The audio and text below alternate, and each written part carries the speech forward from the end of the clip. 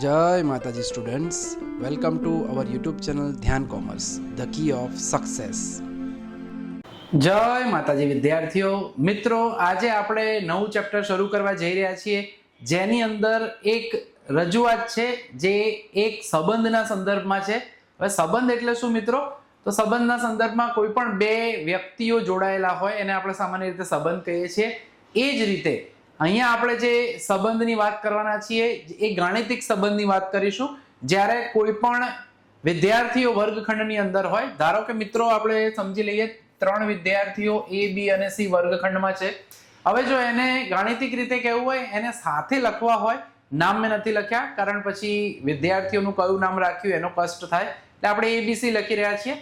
હવે વિદ્યાર્થીઓને જ્યારે આવી રીતે છગડિયા કૌંસમાં રજૂ કરીએ મિત્રો, તો આને ગણ કહેવાય છે. ગણ સામાન્ય રીતે કેપિટલ લેટરમાં રજૂ કરવામાં આવે છે. તો ગણ એ છે એ વિદ્યાર્થીઓના નામનો ગણ. જો એને શબ્દોમાં લખવું હોય તો આ રીતે લખી શકાય, વિદ્યાર્થીઓના નામનો ગણ.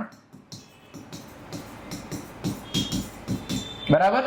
ત્યારબાદ હવે આપણને ખબર જ છે, વર્ગખંડની અંદર દરેક વિદ્યાર્થીને એક રોલ નંબર જરૂર આપવામાં આવે છે. ના એક કરતા વધારે, ના એક કરતા ઓછો. તો આ વિદ્યાર્થીઓના રોલ નંબર, અહીંયા ગણની અંદર એક સિદ્ધાંત છે કે તમે આડા આવડા આંકડા લખશો તો પણ ચાલશે, ક્રમમાં લખવાની જરૂર નથી.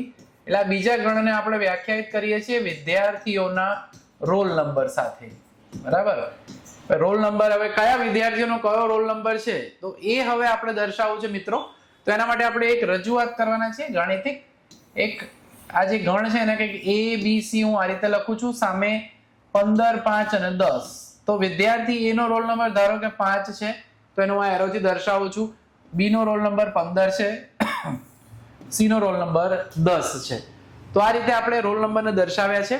હવે રોલ નંબર દર્શાવવાની પદ્ધતિ શું, નામ અને રોલ નંબર વચ્ચેનો સંબંધ શું, સંબંધ શબ્દ આવતા જ આપણે આ ચેપ્ટર તરફ જઈશું. ટાઇટલ તો તમે જોઈ જ લીધું છે, ચેપ્ટર નંબર 8 વિધેય.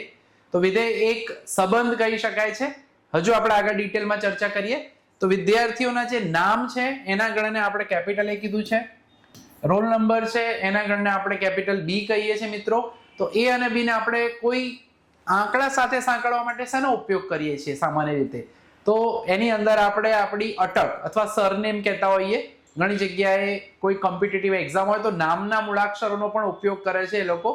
કેપિટલ લેટર, સ્મોલ લેટર જે છે, આપણા ક્રમની અંદર ABCD પ્રમાણે મૂળાક્ષરોના ક્રમ અનુસાર આપણે ત્યાં એનો ક્રમ આપતા હોઈએ છીએ અને એ પ્રમાણે રોલ નંબર વ્યાખ્યાયિત થાય છે.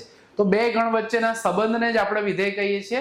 પહેલો જે ગણ છે મિત્રો, એ પહેલા ગણનું નામ છે એને કહેવાય છે વિધેયનો પ્રદેશ ગણ. બીજો ગણ છે એને આપણે કહીએ છીએ વિધેયનો સહપ્રદેશ. તો એની વાત કરીએ પહેલા સૌથી પહેલી વ્યાખ્યા જોઈ લઈએ આપણે મિત્રો. તો વિધેયની વ્યાખ્યામાં આપણે કહીએ છીએ ગણ A અને B ખાલી ન હોય. ખાલી ન હોય અને આપણે એક શબ્દમાં કહેવું હોય તો અરિક્ત ગણ કહી શકાય છે. ખાલી ન હોય તેવા ગણ હોય. અને ગણ એનો પ્રત્યેક ઘટક ગણ વિના કોઈ એક અનન્ય એટલે એક અને માત્ર એક જ, ના એક કરતા વધુ, ના એક કરતા ઓછો. વિદ્યાર્થીઓનો રોલ નંબર આપણને ખબર જ છે વર્ગખંડમાં, ના એક થી ઓછો હોય ના એક થી વધુ. દરેક વ્યક્તિને એક જ રોલ નંબર મળતો હોય છે મિત્રો. તો કોઈ એક અનન્ય ઘટક સાથે કોઈ નિયમ, સંબંધ કે સંગતતા. હવે અહીંયા મેં જે સંબંધની વાત કરી, નિયમની વાત કરી અથવા સંગતતાની વાત કરી, ગાણિતિક અર્થ છે એટલે એમાં 2-3 શબ્દો વાપર્યા છે. તો સંબંધ શું હતો? તો વિદ્યાર્થીઓના જે અટક છે એમને મૂળાક્ષરોના ક્રમમાં ગોઠવ્યા હોય એ પ્રમાણે આપણે સામે એનો જે છે એ અટકને ગોઠવીએ છીએ ક્રમમાં. તો એ એનો સંબંધ છે. જનરલી આપણે જે ભણવાના છીએ એની અંદર કંઈક આવા સંબંધોનું માત્ર અવલોકન નહીં કરીએ, આપણને ગાણિતિક સંબંધ આપવામાં આવશે, તેનો આપણે અભ્યાસ કરવાના છીએ સેશનની અંદર. તો આગળ વાત કરીએ, સંકળાયેલ હોય તો એ સંબંધ, નિયમ કે સંગતતાને ગણ A થી B પરનું વિધેય કહે છે. વિધેયના સંકેતમાં સ્મોલ f, g, h મૂળાક્ષરોમાં સ્મોલ લેટરના ઉપયોગથી લખવામાં આવે છે. અને દર્શાવવા માટે આને કહીશું આપણે f. એ A થી B પરનું વિધેય છે.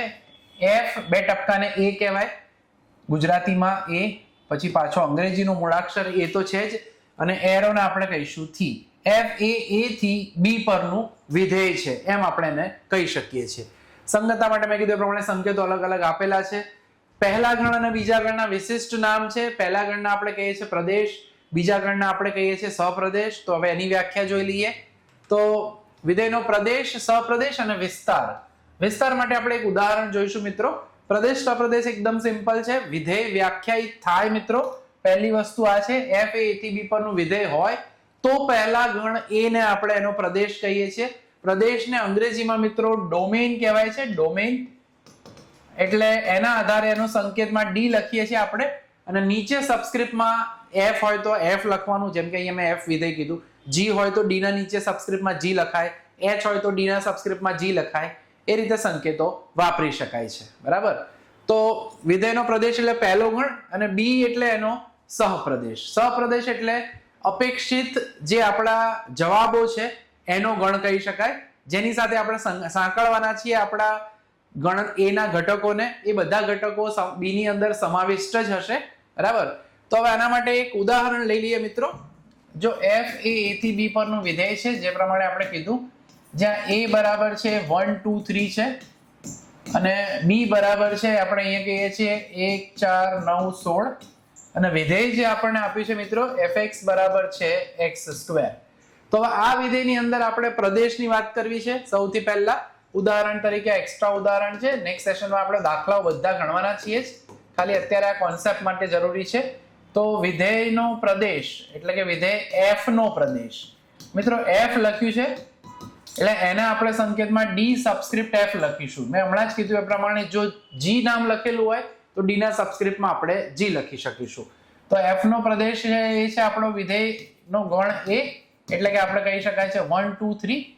હવે જે પ્રમાણે આપણે વ્યાખ્યાયિત કર્યું હતું વિધેય f નો સહપ્રદેશ, તો સહપ્રદેશ છે એ બીજો ગણ છે, એને આપણે સહપ્રદેશ કહીએ છીએ. મિત્રો ધ્યાન રાખજો, એને કોડોમેન કહેવાય. ડોમેનની આગળ c, કોડોમેન, પણ એનો કોઈ સંકેત નથી, એટલે ભૂલથી સંકેત લખતા નહીં એની અંદર. તો પછી હવે ત્રીજી વસ્તુ શું છે? તો હવે મિત્રો કરવાનું શું? પ્રદેશમાંથી અલગ અલગ મુખ્ય શરત આપણી છે મિત્રો, એમાં આપણે એવું કહે છે એનો પ્રત્યેક ઘટક ગણ b ના એક અને માત્ર એક અનન્ય ઘટક સાથે સંકળાવો જોઈએ. તો એના માટે હવે એ સંગતતા કઈ રીતે મળશે આપણને? તો આપણે જે વિધેય છે આપણી સમક્ષ fx બરાબર x², એમાં પહેલો જે ગણ હોય એના સંદર્ભમાં કિંમતો મેળવવાની છે. એટલે કે x બરાબર 1 મૂકતા સિમ્પલ છે. જ્યાં જ્યાં મિત્રો x હોય ત્યાં જ આપણે કિંમત મૂકવાની. વર્ગ, ઘન, સરવાળો, બાદબાકી આગળ કંઈ પણ હોય એને આપણે કંઈ કરતા નથી. એટલે x ની જગ્યાએ 1 મૂકીએ તો જમણી બાજુ 1 નો વર્ગ એટલે કે જવાબ થશે 1. એટલે આપણે જે હમણાં ચિત્રાત્મક રજૂઆત કરી એ રીતે કેવું હોય તો 1 2 અને 3 મૂકીએ તો 1 ની સામે આપણને જવાબ મળ્યો 1. એટલે જો પહેલો ઘટક આપણો b માં જ છે, એટલે આપણે કીધું એ પ્રમાણે. ત્યારબાદ x બરાબર 2 મૂકતા 2 મૂકીએ તો શું થશે? f(2) એટલે વર્ગને કંઈ નહીં કરવાનું, અંદર ખાલી બગડો મૂકીશું, 2 નો વર્ગ 4.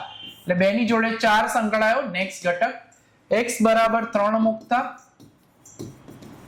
એટલે f(3) આપણને મળશે, એટલે કે 3 નો વર્ગ, 3 નો વર્ગ થશે 9.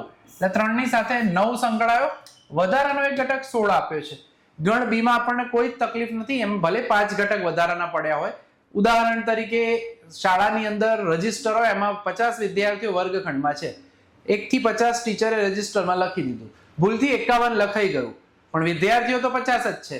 તો રોલ નંબર 51 માં હોય તો બહારથી કોઈ એક્સ્ટ્રા વિદ્યાર્થી પકડીને લાવવાની જરૂર હોતી નથી. એટલે ગણ b જે છે અપેક્ષિત જવાબોનો ગણ, એને આપણે પ્રતિબિંબ કહીશું વ્યાખ્યાની અંદર. હવે જોઈએ ચલો આપણે. તો આ જે જવાબો છે મિત્રો એને આપણે કહીએ છીએ વ્યાખ્યાના સંદર્ભમાં વિધેય f નો વિસ્તાર. જે આપણા જવાબો છે વિસ્તારને રેન્જ કહેવાય, એના પરથી rf સંકેત વપરાશે. અને વિસ્તાર જે છે એ ઘણીવાર સહપ્રદેશ જેટલો હોય અથવા સહપ્રદેશ કરતા નાનો હોય. બરાબર. તો હવે વ્યાખ્યા જોઈ લઈએ. f એ થી b પરનું વિધેય હોય તો પ્રદેશ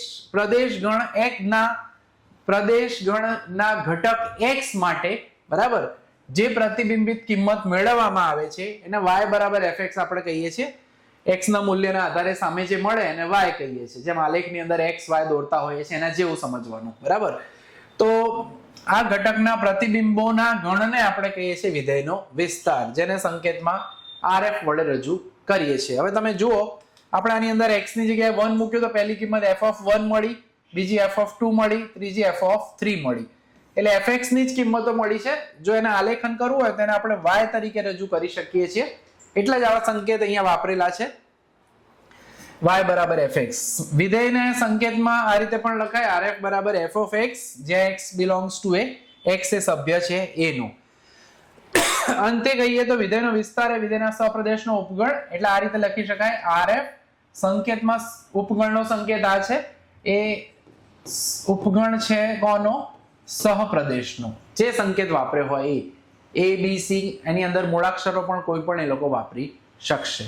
તો મિત્રો આ હતો આપણો શરૂઆતનો સેશન. માત્રાની અંદર આપણે 2-3 ટર્મ જોઈ છે, 2-3 પદ જોયા છે. નેક્સ્ટ સેશનમાં આપણે આના સ્વાધ્યાયના દાખલા જોવાના છીએ. વિધેયના અમુક પ્રકારો છે, બહુ જ નાનકડું ચેપ્ટર છે. વ્યવસ્થિત રીતે તૈયાર કરશો તો પૂરેપૂરા માર્ક આની અંદર આપણને મળી શકે તેમ છે. બરાબર, તો આટલી વ્યાખ્યાઓ રેડી કરો. નેક્સ્ટ સેશન એટલે કે બીજા સેશનમાં આપણે મળીશું અગત્યના દાખલાઓ અમુક જે છે એના પદો સાથે. ત્યાં સુધી રજા લઈએ, આટલી તૈયારી કરજો. જય માતાજી, thank you, take care. Please like, subscribe, share and press bell icon for notification. Thank you.